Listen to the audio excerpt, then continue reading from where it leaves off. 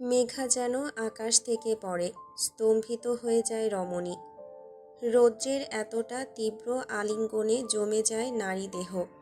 রৌদ্র বিড়বিড়ায় আরও কিছু একটা। বেখেয়ালে তার ওষ্ঠ স্পর্শিত হয় একবিংশীর কোমল কাঁধের নিকট। ওষ্ঠাস্পর্শের পাশাপাশি খোঁচা খোঁচা দাড়ি সুঢল কাঁধের নরম ত্বকে বিদ্ধ হতে শিরশিরে অনুভূতিতে মৃদু কুঁকিয়ে ওঠে রমণী। আপনা আপনি হাত ওঠে রৌদ্রের উদরের দুই পাশে।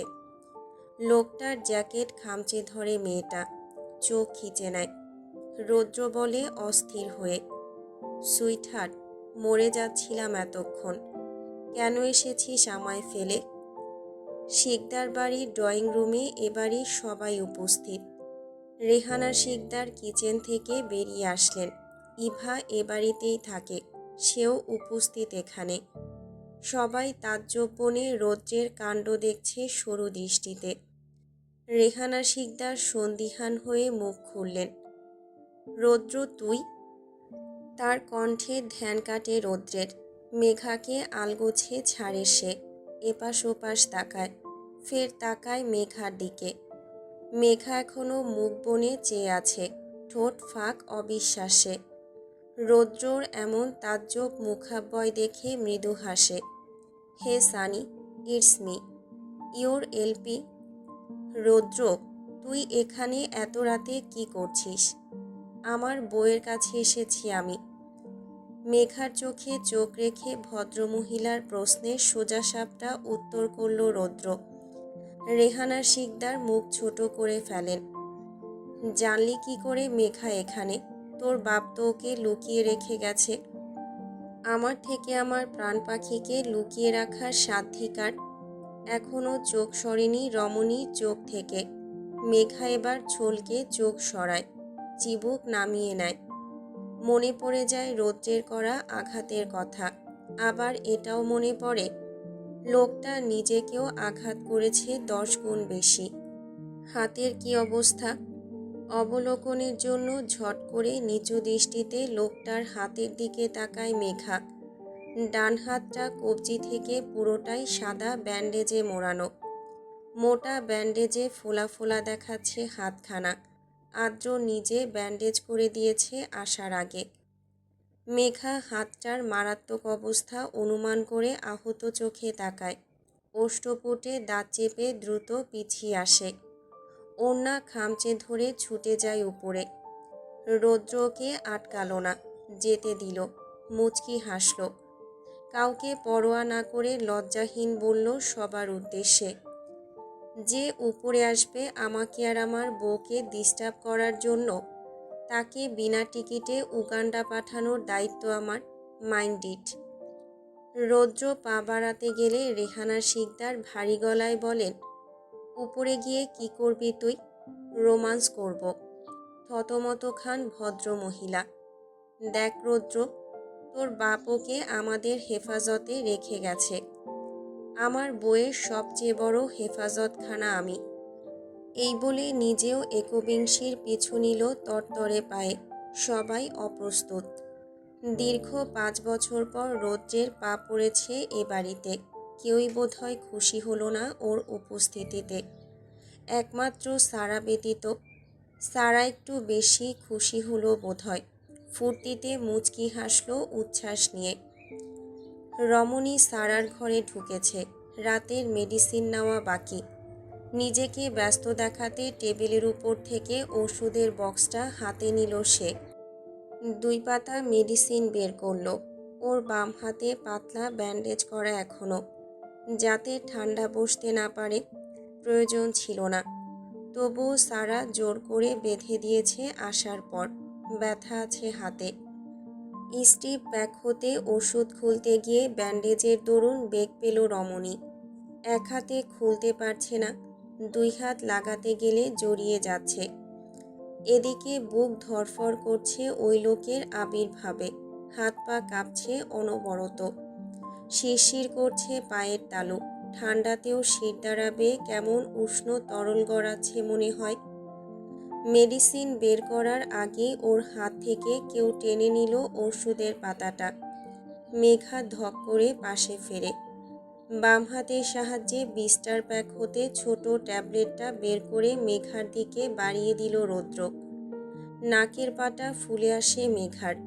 এই লোকটার সাহায্যের প্রয়োজন ছিল না মোটেও, তবুও গ্রহণ করল সাহায্যটুকু। ঝটকা মেরে ট্যাবলেটটা নিয়ে মুখে পানি তুলে খেয়ে নিল। ওড়নার কোণে ঠোঁট মুছে বিছানার পাশে ড্রেসিং টেবিলের দিকে এগোলো। পথিমধ্যে খুলল পরনের ভারী সোয়েটার। গলার ওড়না খাটের একপাশে রেখে চিরুনি তুলে নিল হাতে। ডান হাত অক্ষত, বাম হাতে ব্যান্ডেজ। হাঁটু ছড়ানো চুল আঁচড়াতে বেগ পাওয়ার কথা না হলেও বেগ পেল। এক হাতে কি আর হয় নাকি? এই চুল সামলাতে দুই হাতেই হয়রানি এসে যায়, এখন তো এক হাত। বিরক্ত হয়ে চিরুনি রেখে দিল মেঘা। এক হাতেই কোনো রকমে কেশগুচ্ছ জড়ো করার চেষ্টা করল। কাঁধের কাছটায় কুণ্ডুলি পাকিয়ে হেয়ার ব্যান্ড দিয়ে আটকে দিল। এভাবেই শুয়ে পড়বে, নয়তো সারা আসলে ওর থেকে চুল আঁচড়ে বিনুনি গেঁথে নেবে একটা। পিছনে রৌদ্র। মেঘা ধ্যান দিল না। রৌদ্র শান্ত হয়ে স্থির চোখে দেখছে রমণীকে। একবিংশী তাকে যথাসম্ভব এড়িয়ে চলতে তৎপর। রৌদ্র ধীর পায়ে এগোয়, দাঁড়ায় মেঘার পিছু। বাম হাত বাড়িয়ে রমণীর খোপায় আটকানো ক্লিপটা খুলে দেয়। অমনি গোছানো চুলগুলো অবিন্যস্ত হয়ে ছড়িয়ে পড়ে আবার। বিব্রত হয় মেঘা, মাড়ি খিচে ঝট করে পিছু ফিরে তাকায়। কত কষ্টে একটা খোপা পেঁচালো, সেটাও সহ্য হলো না এই লোকের। কিন্তু মেঘা কথা বলবে না, কিরমির করল শুধু। রাগ দমিয়ে চোখ সরালো সে। পাশ কাটাতে গেলে রৌদ্র বাম হাতে টেনে ধরল মেঘার হাত। ডান হাতে কসরত করে চিরুনি তুলে নিল। মেঘাকে টেনে বসালো বিছানার উপর। ছটফট করে মেঘা, কথা বলবে না। গুঙিয়ে প্রতিবাদ করে। রৌদ্র মুচকি হাসে, ডান হাত অচল। বাম হাতের সাহায্যে রমণীর চুলে চিরুনি চালাতে চালাতে বলে হিমস্বরে, আমি করে দিচ্ছি, দেখি, সরে বসো। মেঘার পিছনে বসল সে। বিছানা জুড়ে রমণীর অবিন্যস্ত কেশরাশি ছড়িয়ে পড়েছে। এই চুলে চিরুনি চালানো বড্ড ধৈর্যের কাজ। মেঘা নিজেই হিমশিম খায় দুই হাতে সামলাতে গিয়ে। সেখানে রৌদ্র চেষ্টা করছে বাম হাতে, ডান হাতে জোর নেই, ক্ষতবিক্ষত। মেঘা বাধা দিয়ে উঠতে চাইল, তবে উঠল না। নিশ্চুপ হয়ে বসে রইল নিশ্চল। চুলে জট নেই, বেশি আঁচড়ানোর প্রয়োজন হলো না। রমণীর সায় রয়েছে। রৌদ্র হাসে, রমণীর দিকে এগিয়ে যায়। কাঁধের কাছে থুতুনি ছুঁই ছুঁই করে রমণীর লালিত অভিমানী আদলে দৃষ্টি গেড়ে বলে, বেনি করে দেব জান, কিন্তু আমি তো পারি না। একবিংশী নিরুত্তর, মনে মনে ভেঙচি কাটল। দরদ দেখাতে এসেছে এই লোক। রৌদ্র হাসি চওড়া করে। পিছিয়ে ফোন বের করে ইউটিউব ওপেন করে। চুলে কিভাবে বিনুনি করতে হয় সেটা সার্চ দেয়। ফোন বালিশের কাছে রেখে সেটা দেখে দেখে চেষ্টা করে বিনুনি পাকানোর। এসব আয়োজন রমণীর অভিমান ভাঙানোর জন্য। বড্ড চড়ে আছে একবিংশী। সে কেবলই চোখ সরু করে দেখছে রৌদ্রের কাণ্ড। নীরব দুজনাই। রৌদ্র মাঝে একবার সুযোগ পেয়ে নাক ডুবিয়েছিল রমণীর চুলের গোছে, মন ভরেনি। ঘ্রাণ টানা হয়নি বুক ভরে। আরেকবার সুযোগ করে নিতে হবে। ভিডিও দেখে কোনো রকমে লম্বা একটা বেনি পাকাতে পারল যুবক। শেষে হাঁপ ছাড়ল। হয়েছে এমপি, দেখো তো ঠিকঠাক পেরেছি কিনা। কাজ শেষ হতেই উঠে দাঁড়ায় মেঘা চট করে। না দেখে না তাকিয়ে ফ্রেশ হয়ে আসে। ততক্ষণ সেভাবেই বসে রয় রৌদ্র। এবার আর সইছে না এই নীরবতা। রৌদ্র কেমন কাতর হয়ে ডাকল, ইভারা, রেগে আছিস এখনো? আই অ্যাম সরি সুইটহার্ট, বলেছি তো, আর কখনো মারব না, জীবনেও না। এরপর তোকে আঘাত করার আগেই যেন মরণ হয় আমার। এবার একটু তাকা আমার দিকে, রাগ কমা প্লিজ।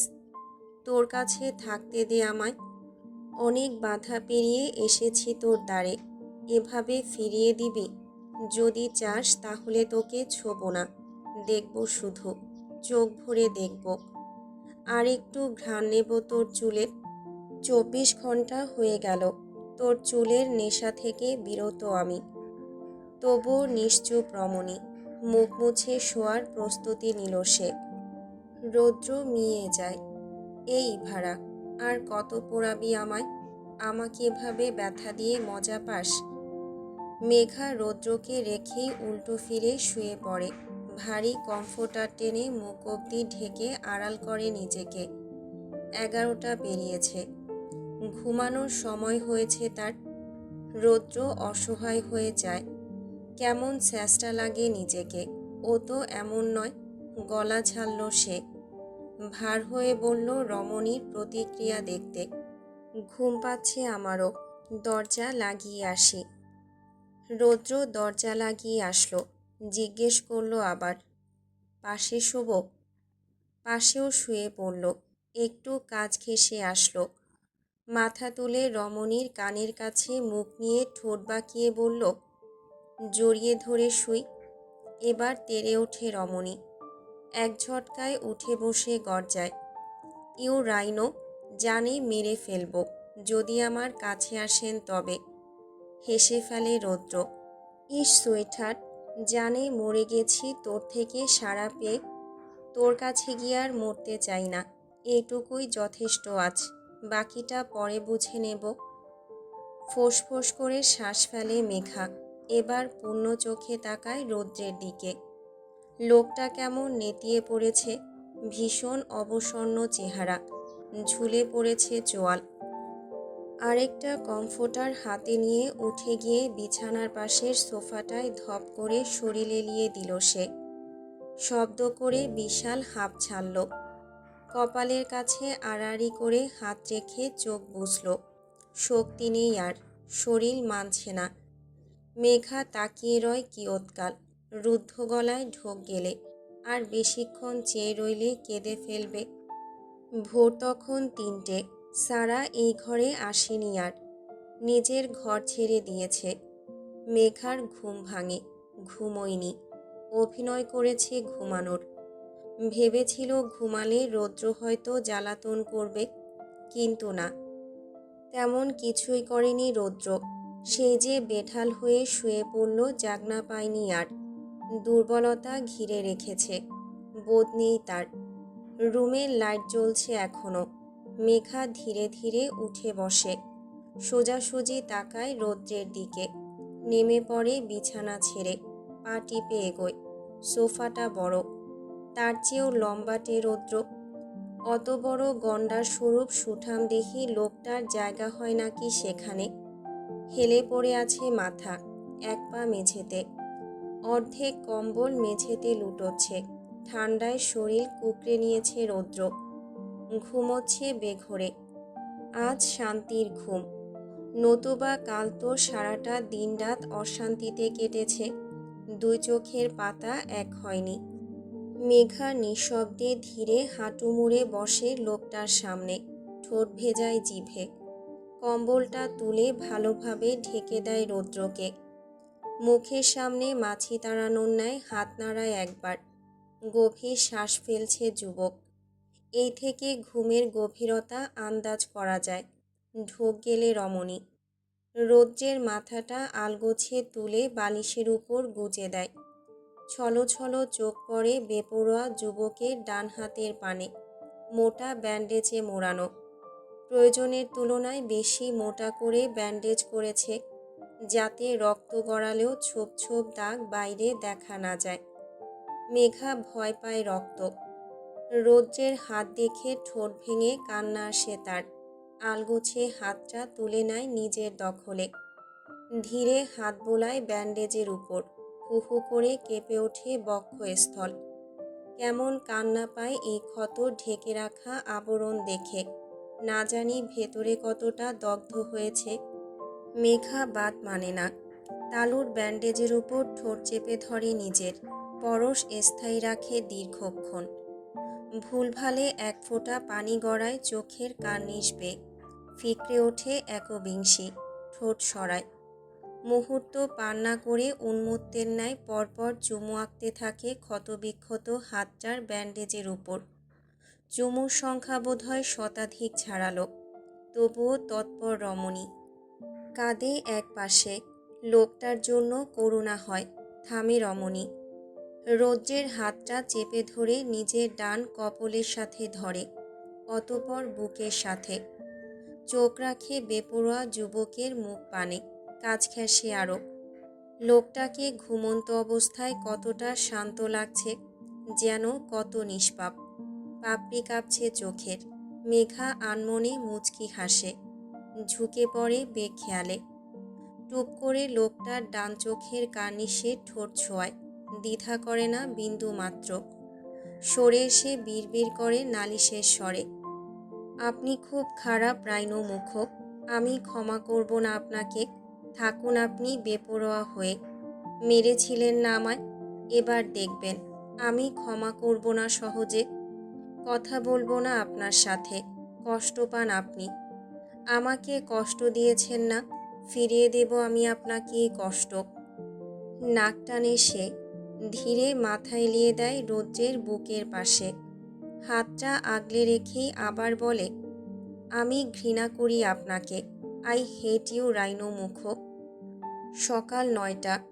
পাখির কিচিরমিচিরের ডাকে আজ আর ঘুম ভাঙেনি, বরং চড়া ডাকে ধরফর করে উঠে বসল মেঘা। এই মেঘা, উঠবি না এখনো? সকাল হলো তো, আর কত ঘুমাবি? মেঘার মস্তিষ্ক এলোমেলো, সজাগ হতে সময় লাগে।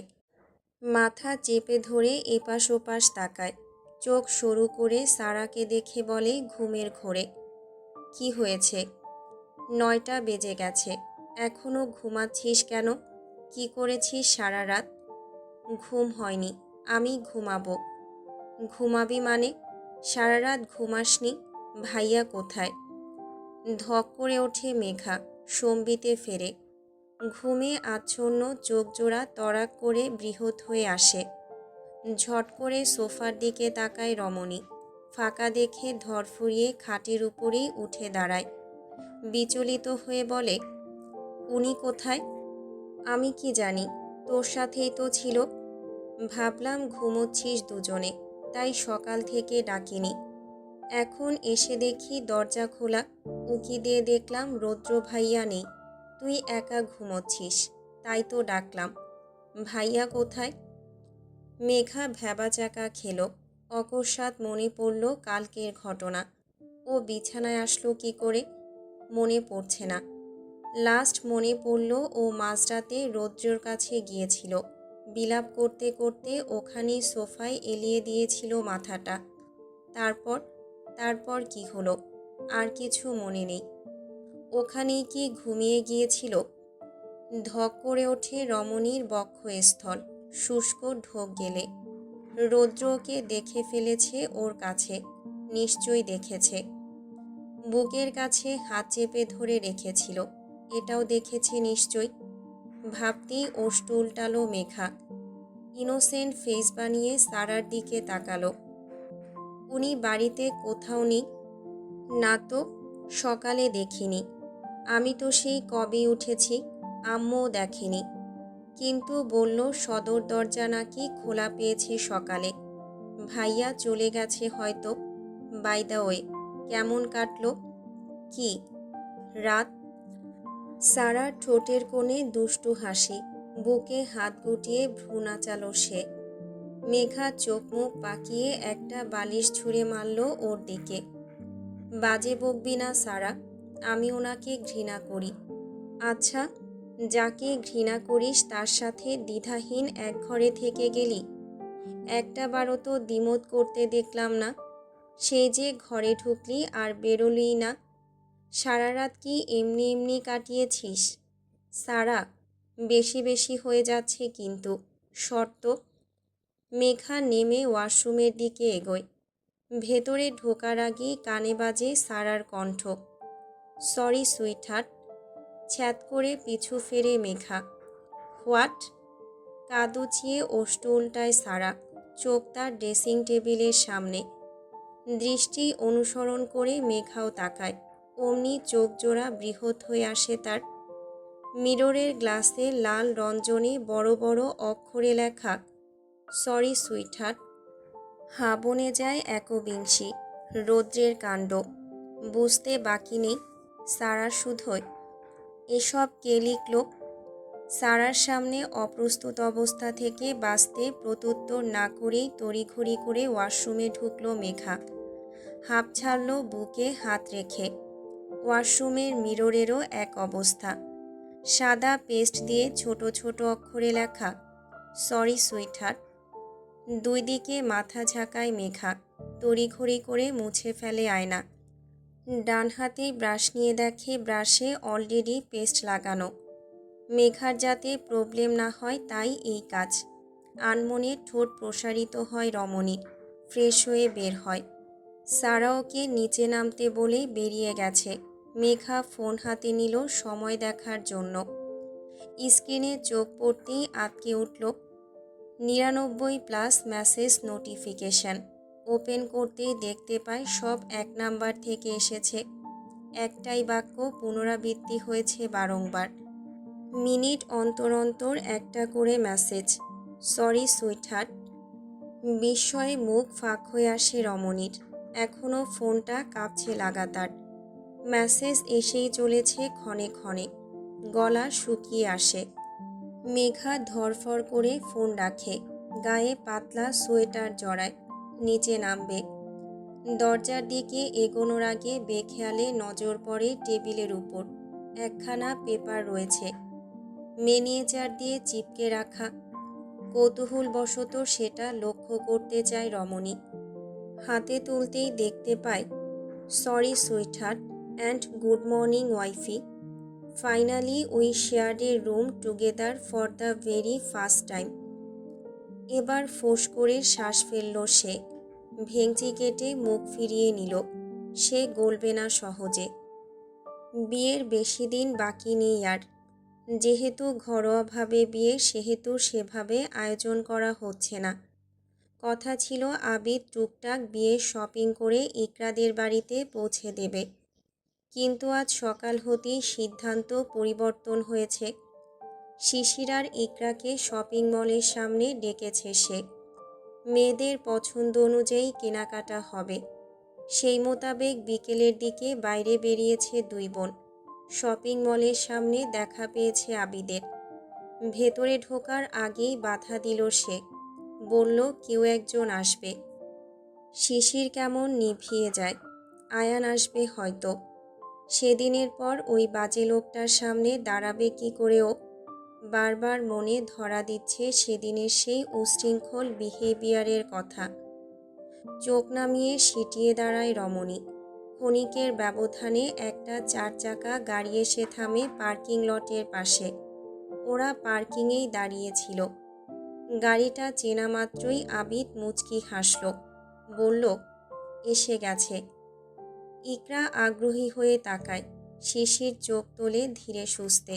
চেনা লাগে গাড়িটা। অতঃপর গাড়ি থেকে দাম্ভিক ভঙ্গিতে যে নামে তাকে আরও বেশি চেনা লাগে। শুধু চেনা নয়, ভীষণ পরিচিত মুখাব্যয়। তাজ্জব বনে যায় শ্যামালিনী। বড় বড় চোখে চায়। ততক্ষণে দাম্ভিক লোকটা এসে থেমেছে ওদের সামনে। এক পশলা হাসি সমেত আবিদের সাথে বুক মেলালো। পরিচয় করালো আবিদ।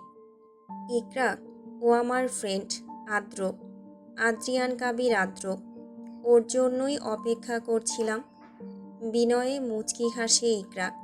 আবিদ আবার বলে, আদ্র, মিট মাই ফিয়ন্সি ইকরা।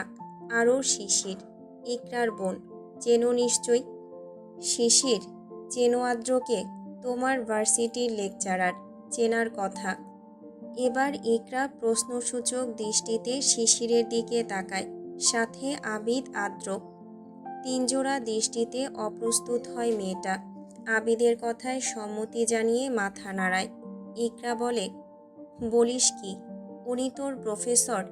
আর আবিদ, উনি আপনার ফ্রেন্ড? What a coincidence. তাহলে তো আপনি শিশিরের স্যার, আগে থেকেই চেনা আছে একে অপরকে। আদ্র শিশিরের দিক থেকে সরু চোখ সরিয়ে মলিন ছোট উত্তর করল, হুম। শিশির এখনও মূর্ত।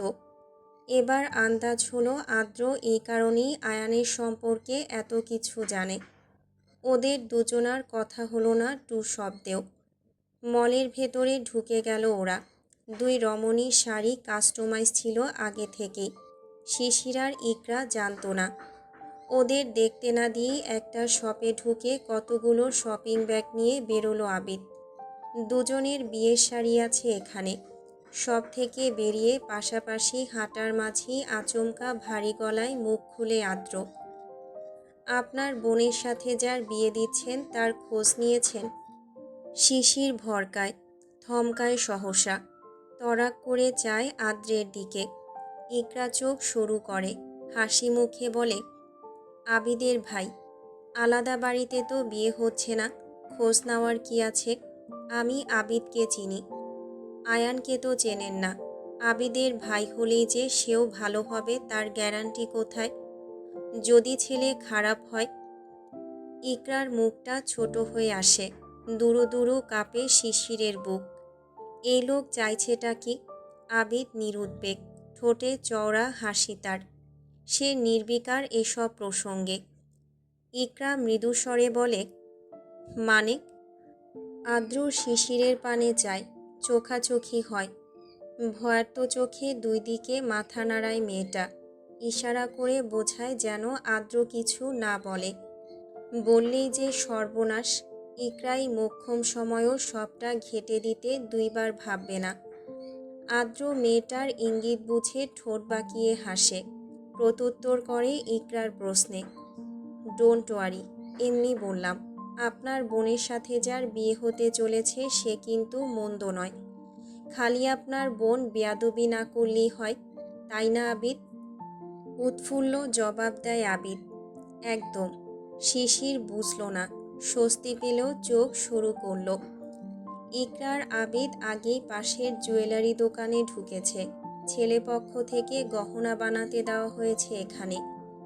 আদ্র দরজার বাইরে দাঁড়িয়ে, শিশির একটু পাশাপাশি দাঁড়িয়ে অত্যন্ত ক্ষীণস্বরে বুলি ফোটায়, thank you sir. For why? আপুকে কিছু বলেননি তাই। কি বলতাম? যা বলার ছিল তা তো বলেছি, মিথ্যে বলিনি। মানে? মানে তোমার ফিউচার হাজবেন্ড আসলেই খারাপ নয়, তুমি বেয়াদব, তাকে ভুল ভাবো। পোল্টি খাচ্ছেন কেন? আবিদ ভাইয়া আপনার ফ্রেন্ড, তাই তো? এ কারণেই গুণগান গাচ্ছেন আয়ানকে। শাট আপ বেয়াদব। আমি আদ্রিয়ান কাবির আদ্র, নট আয়ান। আকস্মিক ধমকানো স্বরে শিশির চমকালো, ঝাঁকুনি দিয়ে পেছালো এক কদম। আমি তো আপনার কথা বলছি না, আমি আয়ান। আবার এক কথা, হুইস আয়ান? টেল। আদ্রিয়ান। আজব, আমি আপনার কথা বলছি না, আমি। মেয়েটার কণ্ঠ চড়েছে, তবুও এবারও ওকে কথা শেষ করতে দিল না আদ্র। রাগান্বিত চোখে তাকিয়ে ঝাড়ি মারল, বেয়াদব। আর একবার উল্টাপাল্টা নাম জবানে উচ্চারণ করলে জবান টেনে ছিঁড়ে ফেলব। চুপ করে থাকো, নয়তো বিয়ের আগে তোমার হাজবেন্ডের পরিচয় ফাঁস করতে বাধ্য হব আমি। শিশির চোখ সরু করে, কি আজব, লোকটা পাগল হয়ে গেল নাকি? কি ভুলভাল বকছে। শিকদার বাড়িতে রাতের ডিনার হয় দেরিতে। এই 10টার দিকে খেতে বসে সবাই। এখন বসেছে খেতে। 10টা বেজে 10 মিনিট, খাওয়া মাঝপথে। এমন সময় কলিং বেল বাজে। রেহানা শিকদার দরজা খুলে দেন উঠে গিয়ে। সেই অপ্রত্যাশিত কাঙ্ক্ষিত মুখ, রৌদ্র। নাম বিড়বিড় করে দুই দিকে মাথা নাড়ান ভদ্র মহিলা। এই ছেলের খোঁজ ছিল না সারাদিন। কাবির ম্যানশনে রৌদ্রের এই বাড়িতে আসার খবর পাঠাননি কেউ, প্রয়োজন বোধ করেননি পাঠানোর। তাই বলে যে ও বাড়িতে কেউ জানে না তেমনটা নয়। রৌদ্র ভেতরে ঢুকে আসে, ডাকে হাঁক ছেড়ে, হেই জান পাখি, এসে গেছি আমি।